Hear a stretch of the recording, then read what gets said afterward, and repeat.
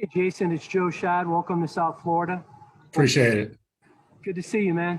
Likewise, likewise. Back in the Rutgers days, that was a long time ago. Yep.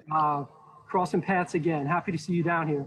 Hey, Coach Flo and Eric Rowe, who I know you from New England, they both talked about the leadership skills that you possess. And I'm wondering, being in a new environment, being around some people that you need to get to know, what's your approach and how do you think you can, impart leadership in a positive way on some of the younger guys?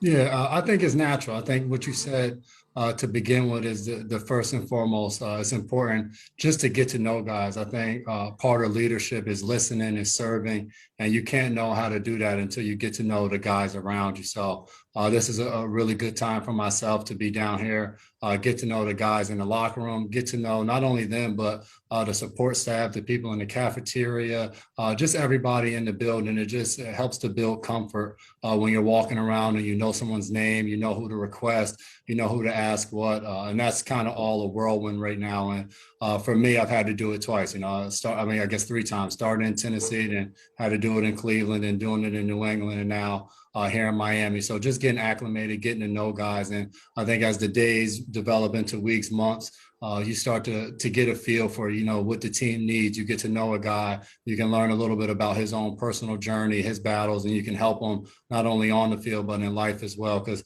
I'm a good amount older than a lot of these guys in the locker room, so I'm just looking forward to getting to know guys and just being able to be a helping hand where I can. Thank you. Adam? Jason, it's good to meet you. Welcome to South Florida. I'm curious, how did this come about? Were there other teams that were interested? Was your connection with Brian something that really was the difference maker? How did this come about? Just the free agency process. I think obviously you guys probably have seen what a lot of people was a little bit different this year post-COVID with the salary cap dropping in the whole 9. A lot of guys signing a lot later. And for me, I'm sure you guys saw I took a visit to the Giants. Talking to Flo and obviously I know Josh Boyer and all of those guys throughout the process. And this just felt like a really good fit for me. I think it came down to obviously some familiarity with those coaches, but then just kind of knowing guys down here from Eric Rowe to Jamal Perry to Landon Roberts, Emmanuel Agba. I got a chance to play with a lot of the guys that were on the defense here, and there was some familiarity there. And I think I'm a good fit here, and I'm just looking forward to getting to know the guys here and getting to know the system and what it's like to be a Miami Dolphin and just try to help in that way. Omar? With your position, obviously you play cornerback, you play some nickel. How comfortable are you being a safety, being the center field guy, free safety, sort of like your brother? Obviously, you're twins, but do you feel like that's the next evolution for your game? I think for me, over the past 3 years in New England, I got a chance to line up at every position in the secondary, from nickel to corner to free safety to sometimes strong safety to sometimes on third down packages, kind of a dime linebacker spot. And I think for me, more important than comfort with any specific position is just building comfort in the defense. Obviously, I played for Flo as a coordinator in 2018 in New England, but the Miami defense isn't exactly the New England defense. So for me, rather than focusing on, hey, I'm going to focus on becoming a free safety or a cornerback or a nickel, it's all right, how can I learn the entire defense to understand, okay, when the free safety is moving this way, well, he's doing that because the corner's now thinking this way and the nickel is going to be moving in that direction. So I think the more I can understand the totality of the defense and why the moving parts are moving the way they are, the more I'll be able to learn for myself and be able to play better. And the more I'll be able to help the guys around me as I understand the defense as a whole. Cam? What's up, Jason, man? Welcome to South Florida. Appreciate it. I'm curious, what's it like coming down from a rival to another division opponent? And obviously you get to play your brother twice a year in different jerseys. Yeah, it's fun. It's different. Obviously, I walk in this locker room, you see the Devontae Parkers, the Jakeem Grants. Those are the guys you're game planning for the past 3 years, twice a year. So it's different. Now you're getting in the locker room. But I think the thing is, in our league, you're used to it. Every year, the only thing that's constant in the league is change. So every year you see guys coming and guys going. And for me, it's just trying to get in and know guys. You know, you play against them, you know them from their jersey number and what they look like on film. And then you walk in the locker room and you see a guy, you're like, oh, he kind of looks familiar. Then we go out there with the jerseys on and you're like, oh, that's Allen Hurts, or whoever the case may be, because now you're getting to put the numbers in the game with the faces. So it's definitely different.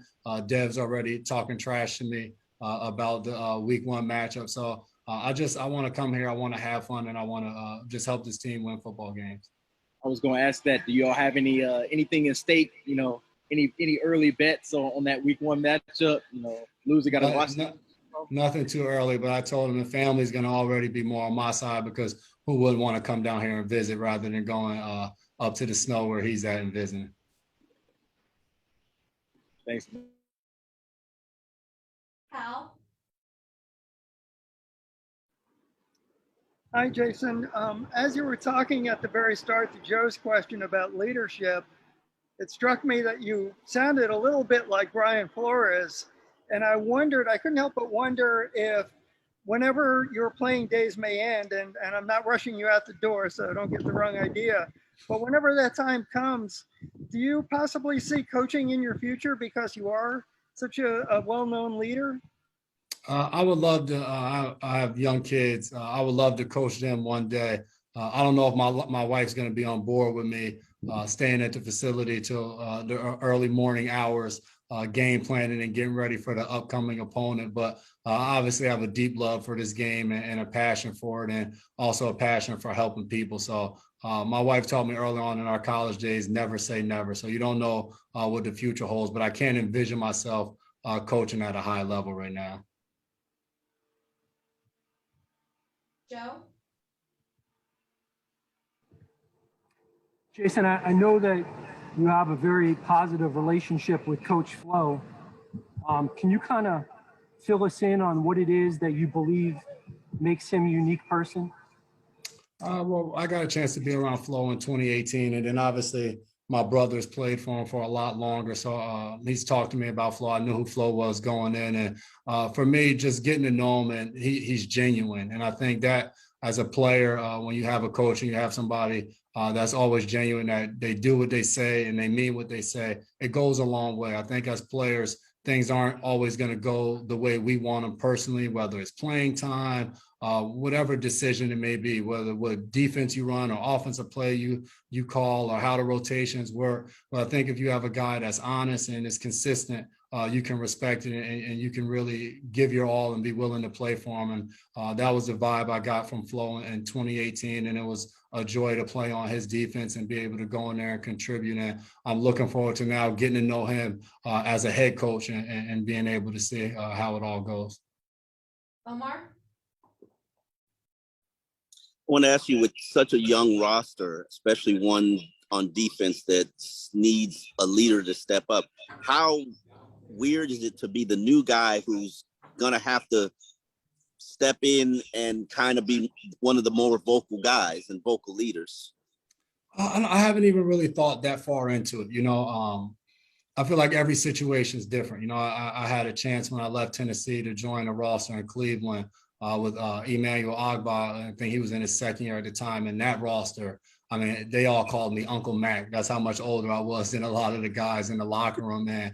It just develops over time. I think who we are naturally and how teams come together and how guys build chemistry. I think it just happens. And when it happens organically, I think guys gain respect for you. For me, I'm coming in, obviously, I'm going into my 13th year. So there's going to be a level of respect that guys are going to have for me, just knowing that, hey, he's been able to do it for a long time. But I think from my part is you don't walk in a building right away and think that you're going to start telling a guy what to do. I think for me right now, I'm in the process of learning from the guys here, you know, whether it's a rookie who's maybe been here for a little while, maybe got to, they're obviously doing a little bit more meetings because the rookies are able to be around more. There may be things in this building that they know more than I do. How do I get here? Where do I go there? So I think part of being a leader is understanding that you don't always have to be in front. You don't always have to be the one that speaks up. And I think a very important part of it is when you're on a young roster is empowering young leaders. And I think that's something that I got a chance to always talk to my brother, Matthew Slater, and those guys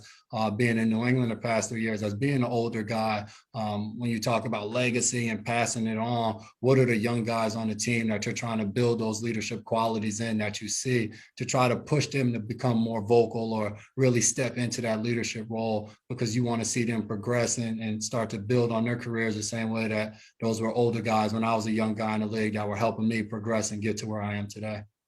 I also wanted to ask you, a 13-year veteran, I've been doing this long enough to know, other than the terminology, the defense don't really change. So why are you acting like you don't know this defense already? Well, for sure. You come in and you know some things, and like you just said, the biggest thing is terminology, because you don't want to be here. You don't want to be that new guy where you get there and they call something one thing and you're the one guy out there calling it what you called it in your old team. Because after the first day or two, guys looking at you like, bro, I either learn the defense or go ahead and stand on the sideline. So I think that's the biggest thing is like, all right, this in my mind, I may associate it to, all right, this is this coverage, but now that I'm here, I have to call it this. And then obviously there's going to be some new things that are put in as we all evolve and try to get better. So it's just about understanding those things. And then I think too, is just learning to play with the guys around you. You know, when you're on a team for a little while, you know the defense and you both know it, but all right, is he more comfortable doing this role in the defense or that role in the defense? How can we put ourselves in the best position to, hey, when we get in and we get this call, hey, you're better at blitzing. You go ahead and take the blitz. I'm gonna go ahead and take the coverage. And it's those small nuances the more you get to play with each other, you get to see what guys like and what they're used to. Thank you. Lewis.